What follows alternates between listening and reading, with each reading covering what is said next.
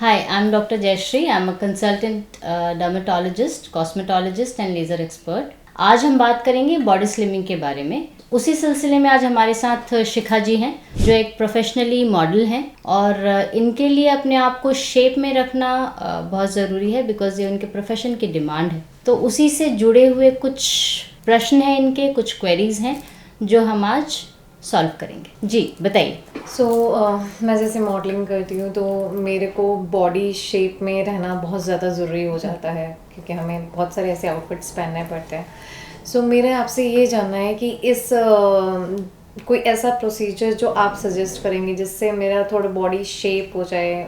I have a bloating problems as well, जिसमें ये थोड़ी चीज़ें भी इफ़ेक्ट्स करे और मतलब थोड़ा बॉडी टोन भी हो जाए। हाँ, मैं ये बताऊंगी आपको कि देखो, जो बॉडी शेपिंग जो इंटायरली अपने आप को एक फिट रखने की जो प्रक्रिया होती है, उसमें हमारे लिए डाइट सबसे इम्पॉर्टेंट रोल प्ले करता है। जैसा कि अभी आपने ब्लोटिंग की एक समस्या आपने बताई।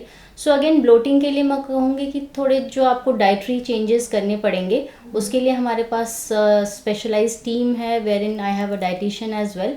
वो आपको एक गाइड कर देंगी आपके खान पान के according. She will guide you about the changes कि आप क्या ले सकते हैं, क्या नहीं लेना चाहिए, क्या कितने समय में आपको खाना चाहिए, कितना वर्कआउट, ये सारी चीज़ें बताएंगी।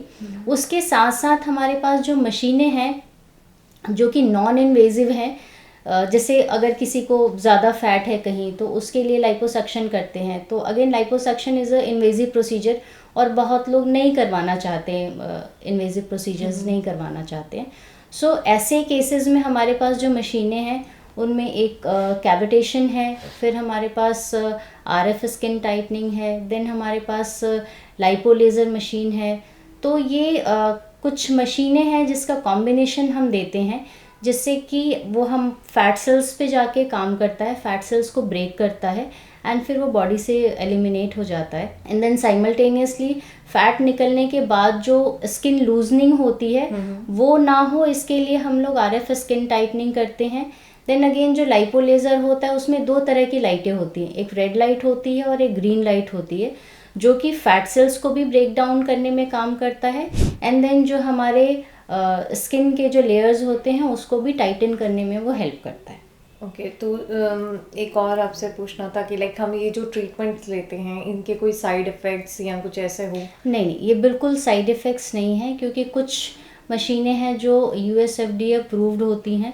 अगर हम उससे काम करते हैं और एक एक्सपर्ट के गाइडेंस में आप ये ट्रीटमेंट्स करते हैं तो दे आर कम्प्लीटली सेफ़। उसके हमारे कुछ गाइडलाइंस है जो हमें प्रॉपर फॉलो करने होते हैं, तो it is completely safe.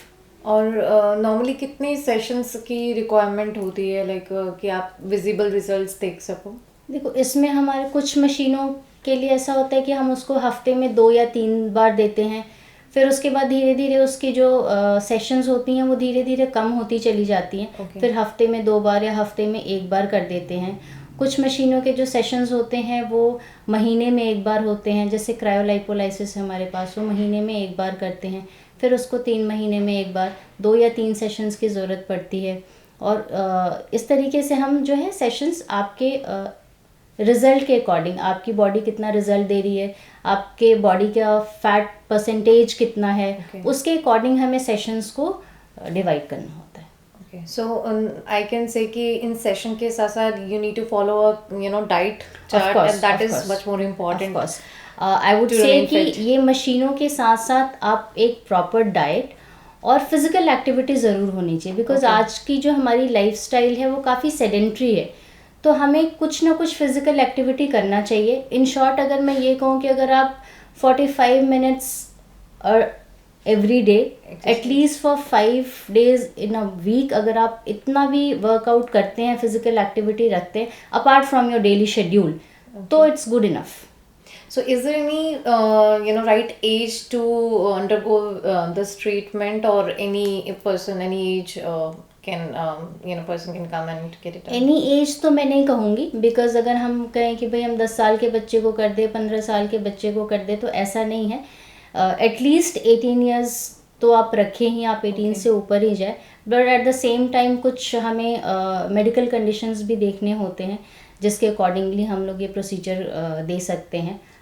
Pregnant ladies को ब्रेस्ट फीडिंग लेडीज़ को हम लोग बिल्कुल भी ये प्रोसीजर नहीं दे सकते हैं, so it is absolutely contraindicated. Rest medical conditions के अकॉर्डिंग हम ट्रीटमेंट्स ऑल्टर करके हम दे सकते हैं।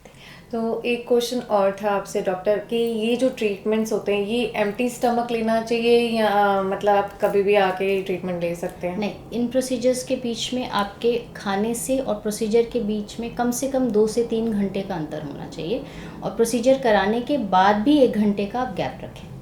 सो टू माय व्यूअर्स, अगर आप लोगों के कोई डाउट्स हैं तो आप प्लीज़ कमेंट सेक्शन में ज़रूर मेंशन करिए, ताकि मैं आपके वो कमेंट सुन के आपका देख के आपके डाउट्स क्लियर करवा सकूँ।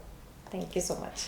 So thank you so much doctor, आपने मेरे काफ़ी डाउट्स क्लियर करे हैं।